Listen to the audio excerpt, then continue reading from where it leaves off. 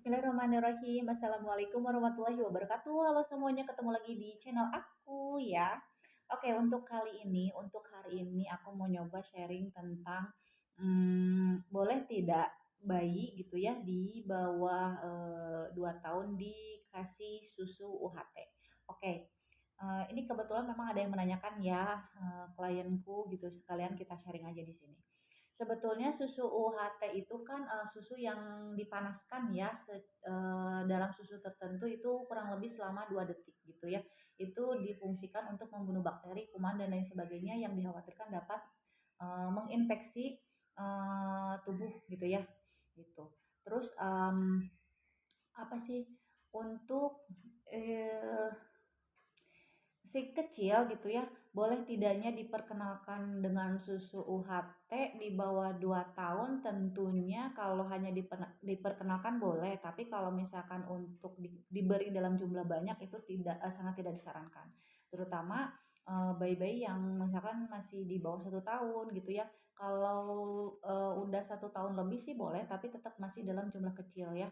Jadi intinya boleh tidak boleh, tapi tidak disarankan dalam jumlah banyak gitu, hanya hanya untuk perkenalan aja. Kayak misalkan di-mix sama kayak misalkan Bunda bikin MPASI supaya, apa sih, lebih berasa dan apa, dan ada tambahan nutrisinya misalkan boleh dicampurin sama susu UHT gitu kan, seperti itu. Nah, terus gimana kalau misalkan buat bayi-bayi yang di usia, 6 bulan atau misalkan di bawah 1 tahun? Tentunya kan WHO itu masih masih apa sih namanya tuh, tidak menyarankan si bayi ini tidak dikasih, apa ya, asupan yang lainnya kecuali ASI gitu ya.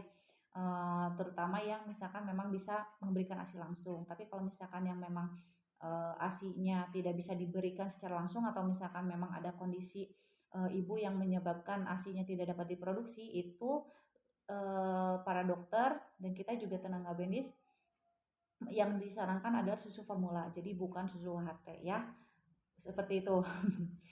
Kenapa susu formula? Kan susu formula itu memang dirancang untuk, memenuhi kebutuhan si bayi ya, dan itu juga, kandungannya beda-beda, tidak semuanya sama. Jadi untuk penggunaan susu ultra sendiri, bunda-bunda harus berkonsultasi terlebih dahulu kepada dokternya atau ke bidannya gitu. Nah, untuk pengenalan susu UHT sendiri, eee, untuk di bawah 1 tahun itu kalau pengenalan nggak apa-apa, tapi dalam catatan bayinya udah makan ya, jadi 6 bulan ke atas gitu. Itu juga dalam jumlah kecil. Kenapa? Karena kan kalau apa sih, secara, nutrisinya itu atau kandungan di dalam UHT itu, mmm tidak terlalu, apa ya, masih masih sulit dicerna oleh usus bayi gitu. Jadi dikhawatirkan nanti bayinya itu jadi alergi sama si kandungan di dalam susu UHT ini gitu. Lagian juga kan kalau susu UHT itu, kita sih amannya ya udah nanti aja di atas 2 tahun gitu baru dikasih. Tapi kalau untuk perkenalan nggak apa-apa, tapi dalam jumlah sedikit, dalam jumlah kecil gitu ya. Jadi jangan sampai satu kotak kecil, kan ada ya yang ukuran berapa sih, 100 cc kurang lebih ya? Iya, di bawah 250 cc kan ada ya yang kecil itu, jangan sampai habis, apalagi anaknya itu di, bawah usia 1 tahun. Jadi kembali lagi kalau misalkan untuk pengenalan boleh, dengan catatan di atas 6 bulan tapi dalam jumlah kecil ya, tidak diberikan secara langsung gitu. Cuman, alangkah lebih baiknya lagi nanti kalau misalkan Dede 6 bulan, itu mau apa sih, mau dikasih susu lain misalkan ya, lebih baik milihnya susu formula aja, jangan susu UHT. Jadi susu UHT cari amannya nanti aja di atas 2 tahun gitu, atau misalkan, 2 tahun kurang gitu nggak apa-apa. Cuman harus tetap berkonsultasi dulu ya, soalnya kan kalau UHT itu biasanya ada, kalau yang manis ya, yang udah tambahan manis gitu kan berarti ada tambahan, pemanis ya gitu. Itu juga, kurang baik bagi bayi yang belum tumbuh gigi atau misalkan lagi tumbuh gigi karena bisa menyebabkan karies. Karies itu jadi kayak gigi itu mudah rapuh gitu loh, kalau Sunda nama roheng gitu ya, apalagi dikasihnya tuh sebelum tidur ya. Jadi kalau misalkan mudah-mudahan walaupun misalkan bukan susu UHT, kalau, bayi-bayinya yang dikasih susu formula misalkan gitu ya, kalau bisa itu sebelum dedenya terlelap itu udah apa ya, dibersihkan dulu gitu loh. Jadi jangan sampai dede tidur dengan, keadaan masih ngempeng dan si susunya tuh masih ada karena bisa menyebabkan giginya apa sih mudah karies ya, mudah rapuh, terus kan karena sisa-sisa susu gitu kan. Terus apa jadi lupa. Kalau yang manis itu yang manis kalau misalkan dibiasakan, tidur malam dengan sambil masih nyusu gitu ya, itu bisa menyebabkan ini juga Bun, kayak, sesak juga gitu loh. Jadi ada apa ya, ada nantinya tuh ada gejala klinis lain yang disebabkan dengan kebiasaan, Dede menyusu sambil tidur malam gitu ya. Nanti deh kita bahas di sesi selanjutnya ya insya Allah. Ini itu kembali lagi ke apa sih bayi boleh tidaknya dikasih susu UHT gitu ya. Terus ada lagi kalau yang susu pasteurisasi gimana? Sebenarnya sih kalau pasteurisasi sama UHT itu perbedaannya tuh di cara pemrosesannya ya, hampir hampir sama sih. Cuman kalau pasteurisasi kan susunya susu steril ya. Kalau apa sih namanya tuh tujuannya tuh sama juga membunuh kuman-kuman, cuman bedanya itu di pemrosesannya gitu kan kayak gitu. Terus untuk nutrisinya gimana? Sebetulnya kalau nutrisinya itu tidak beda jauh dengan susu yang segar sebetulnya.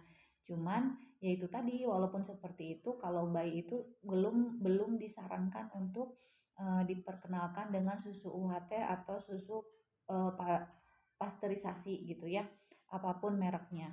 Cuman kalau misalkan Bunda buat apa sih buat diminum sama Bunda sendiri ya ya nggak apa-apa gitu. Cuma kalau untuk bayi itu ada tahapan-tahapan pengenalan makanan kan, makanan sama minuman ya.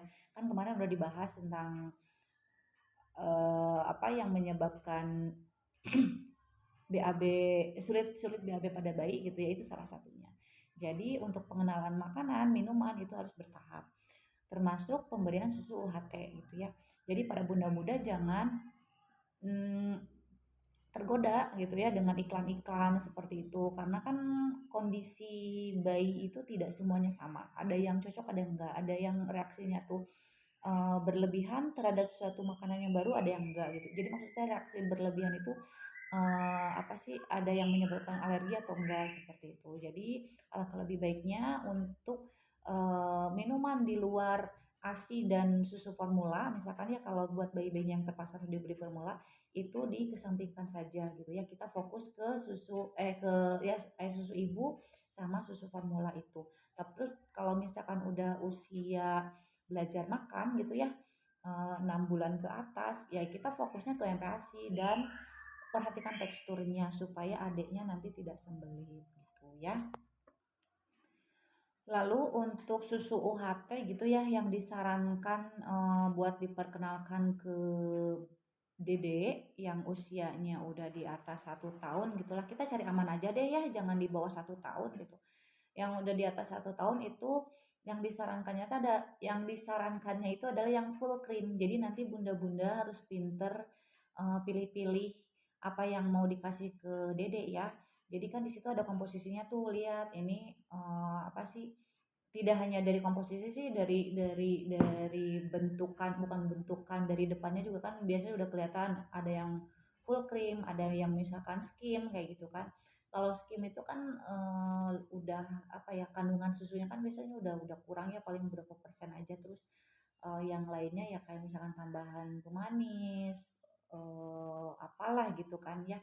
Jadi nanti Bunda carinya itu yang full cream karena selain apa sih campuran bahan lainnya itu tidak terlalu banyak seperti susu skim, kandungan gizinya juga itu lebih lebih unggul lah dibanding susu skim gitu. Oke.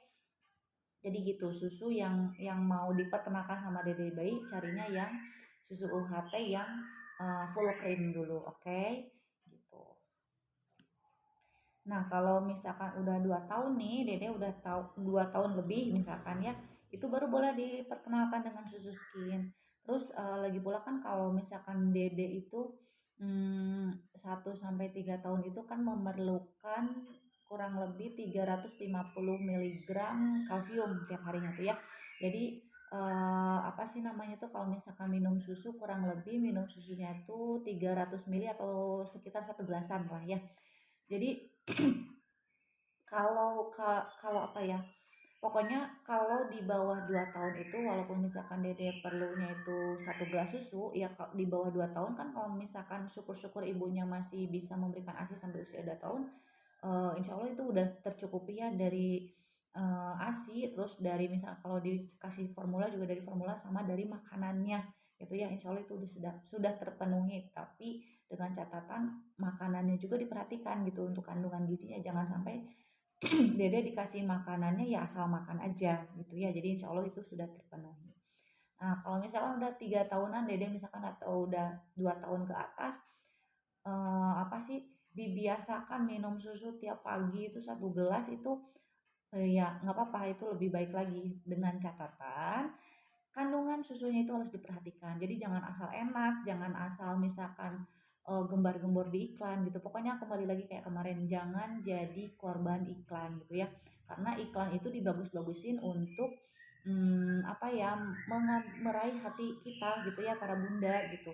Untuk, faktanya ya kita balik lagi, lihat lagi nih komposisinya. Soalnya kalau misalnya kalau komposisi yang disertakan di situ tuh insya Allah tidak akan memanipulasi karena kan itu berhubungan dengan perizinannya ya kayak BPOM-nya, terus kayak misalkan sertifikat halal dan lain sebagainya kayak gitu.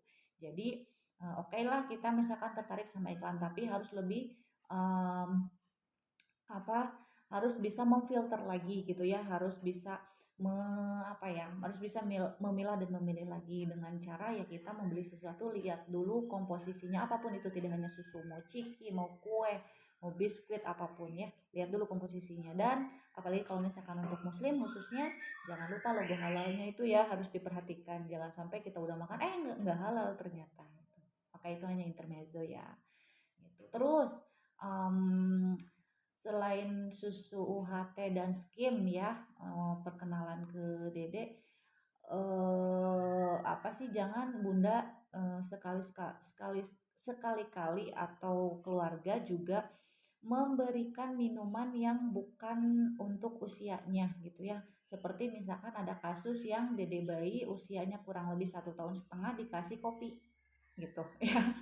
Nah itu, apa sih, ini juga miris ya sebetulnya, entah itu karena, ketidaktahuan orang tua atau misalkan iseng atau gimana gitu dengan tidak memikirkan dampaknya gitu, seperti itu.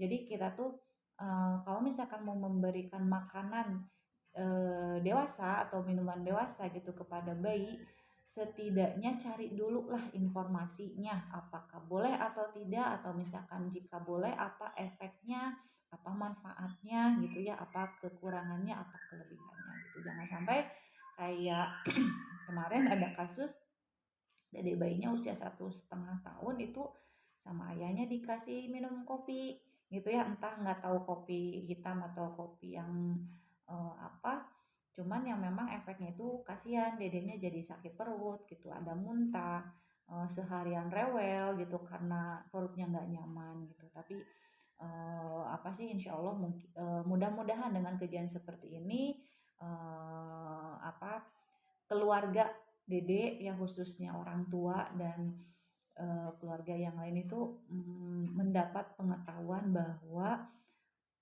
jangan coba-coba memberikan sesuatu apalagi itu makanan ya kepada bayi tanpa kita mengetahui nanti apa efek sampingnya seperti itu ya. Jadi memang di luaran sana banyak yang menganggap kalau misalkan ini bayi udah 1 tahun kok bolehlah sok cobain kasih apa gitu ya makanan orang dewasa gitu. Se- Sebetulnya sih kalau untuk melatih memang tidak ada salahnya, cuman lihat dulu gitu ya. Walaupun misalkan tujuannya misalkan biar biar dedenya tahu rasanya gimana, biar gimana gimana gitu ya, biar misalkan dedenya apa mungkin dalam benak yang ngasih makanan itu tahu gitu rasanya kasihan misalkan ngeliatin kita minum kok dede kayak ngeliatin jadi akhirnya kasihan dikasih padahal itu tidak baik buat kesehatan dede. Jadi kalau misalkan pokoknya mah intinya kalau mau memberikan sesuatu mau makanan mau minuman lihat dulu kalau dede masih di bawah 2 tahun itu jangan macam-macam lah ya gitu. eee, setidaknya cari dulu informasi apa ini efek sampingnya gitu. Karena kan kalau misalkan udah terlanjur sakit kan yang ada penyesalan gitu ya, dan terus saling menyalahkan dan itu sangat tidak diharapkan sekali seperti itu.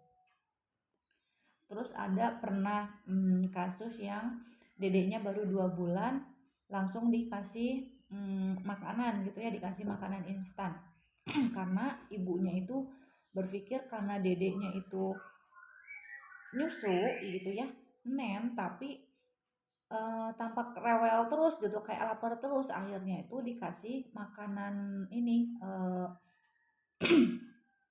makanan instan bayi gitu ya.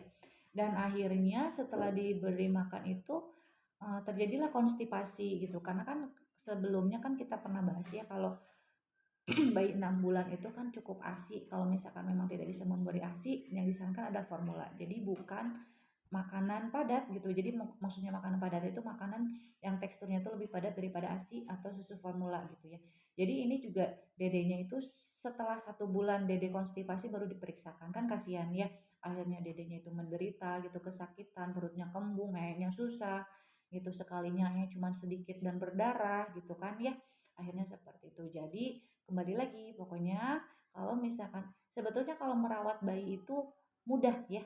Allah udah memberikan perempuan itu udah sepaket tuh melahirkan, dan apa sih nama itu udah disediain juga sumber kehidupannya gitu ya, makanannya gitu buat dede bayi. Tinggal kitanya aja, kita positif thinking, kitanya harus sehat, kitanya harus apa sih diusahakan tidak kelelahan dan tidak stres, dan otomatis yang memberi support ke si ibu ini adalah suaminya terutama gitu ya. Kalau misalkan suaminya bekerja di luar, misalkan jauh, yang kedua itu adalah keluarga yang lainnya, entah itu orang tua, ipar atau saudara kandung gitu ya. Jadi keluarga yang ada di dalam rumah seperti itu. Jadi insya Allah, karena kan zaman dulu, apalagi kalau zaman dulu, zaman apa sih, belum ada teknologi yang canggih gitu ya, itu anak-anaknya sehat-sehat kok, jadi profesor-profesor kok gitu ya, kayak misalkan zaman Nabi itu pinter-pinter kok, hafal Al-Quran gitu ya, terus cerdas-cerdas gitu, itu nggak bergantung sama formula, nggak bergantung sama vitamin tambahan, enggak. Nennya ya ASI ibu gitu, kalau misalkan ibunya nggak bisa memberikan ASI, donor ASI gitu kan pilihannya, jadi seperti itu. Jadi kembali lagi bahwa setiap apa sih ibu melahirkan pasti sama Allah sudah diberikan apa sumber kehidupan untuk bayinya. Jadi tenang aja. Tinggal kitanya sendiri yang harus ini ya harus positif thinking pokoknya, untuk kan jadi diulang lagi kayak gitu. Jadi jangan jangan sieun lah, jangan takutlah kita tidak bisa memberikan ASI secara maksimal atau misalkan ASInya nggak keluar, karena kembali lagi keluarnya ASI itu ada tahapannya ya. Hari hari pertama sampai hari ketiga itu pasti bening, kental, dan warnanya itu kadang apa sih bening kekuningan gitu ya, kadang keruh, itu namanya kolostrum. Jadi jangan usah khawatir, jangan dibuang bundanya ya, itu teh kolostrum sumber berjuta-juta manfaat dan gizi gitu ya si kolostrum ini. Terus apa sih nanti kesananya juga susunya itu bakalan derasnya itu bakalan disesuaikan dengan kebutuhan bayi. Kalau misalkan dedeknya sering nennya pasti si asinya pasti deras banget. Tapi kalau misalkan nennya jarang-jarang ya asinya juga akan mengikuti sesuai kebutuhan dede. Cuman kalau misalkan ada kelainan bawaan, kalau ada kondisi medis tertentu yang menyebabkan ibu tidak bisa memproduksi asinya secara dengan lancar, ya pasti pilihannya atau anjurannya adalah formula. Tentunya harus dikonsultasikan dulu ke dokter atau ke bidannya gitu ya. Jadi kembali lagi untuk boleh tidak untuk bayi di bawah 2 tahun itu dikasih susu UHT. Kalau untuk pengenalan boleh, tapi dalam jumlah kecil. Tapi kalau misalkan untuk pengganti ASI atau untuk pengganti susu formula itu sangat tidak disarankan gitu ya. Jadi intinya seperti itu. Terus jangan lupa jangan dibeli yang aneh-aneh. Dede bayi gitu ya, kasihan. Nanti kalau misalkan udah sakit kan kita juga yang repot ya. Itu kita juga yang khawatir, kita juga yang stres. Oke. Mudah-mudahan ini waktunya tepat ya. Oh, masih ada waktu. Soalnya nanti jam 8 mau ada seminar. Semoga sharing kali ini bisa bermanfaat. Kurang dan lebihnya saya mohon maaf apabila banyak sekali kesalahan di apa sih di sharing kali ini. Saya mohon maaf kalau ada yang perlu diperbaiki. Mudah-mudahan ada teman-teman di sini yang memperbaikinya di kolom komentar. Jadi nanti kita bisa sharing terbuka ya dengan audiens dengan bunda-bunda di luaran sana. Oke. Semoga bunda-bunda di sana sehat selalu, terutama dalam apa sih, memberikan kasih sayang, memberikan asinya, apapun itulah jiwa dan raganya untuk si kecil gitu ya, untuk anak-anak kita, untuk penerus kita, generasi kita. Semoga diberi kesehatan selalu, kelancaran, ketenangan, kebahagiaan gitu ya, apapun kondisinya. Saya harapkan kondisi bunda atau kesakitan bunda itu bisa segera berlalu gitu ya. Tenang aja, tidak, masalah itu tidak akan selalu menghantam Mas. Setiap permasalahan insya Allah ada jalan keluarnya gitu ya, ada penyelesaian masalahnya, asal kita berusaha berpikir dalam hati yang tenang dan pikiran yang dingin gitu. Oke, oke. Ya, mudah-mudahan sehat selalu ya bunda-bunda. Ingat, untuk pemberian atau pengenalan susu lain di luar susu formula dan ASI itu alangkah lebih baiknya nanti di atas 2 tahun aja ya, biar aman gitu, biar tidak menyebabkan alergi dan lain sebagainya. Oke? Baiklah kalau begitu, terima kasih yang udah nonton videonya dari awal sampai akhir. Terima kasih juga yang udah like, subscribe, dan komen serta apapun lah itu kalau misalkan ini merasa baik dan apa sih, bermanfaat. Bunda-bunda bisa klik like-nya, tapi kalau misalkan ini tidak bermanfaat dan bunda nggak suka, nggak apa-apa, di dislike aja gitu ya, nggak masalah. Baiklah, terima kasih ya semuanya, terima kasih lagi. Terus kalau yang belum subscribe bolehlah ya minta subscribe-nya sekali aja gitu, oke? Ya, semoga hari Bunda selalu menyenangkan, selalu happy, dan selalu lancar ya. Baiklah, dadah. Assalamualaikum warahmatullahi wabarakatuh.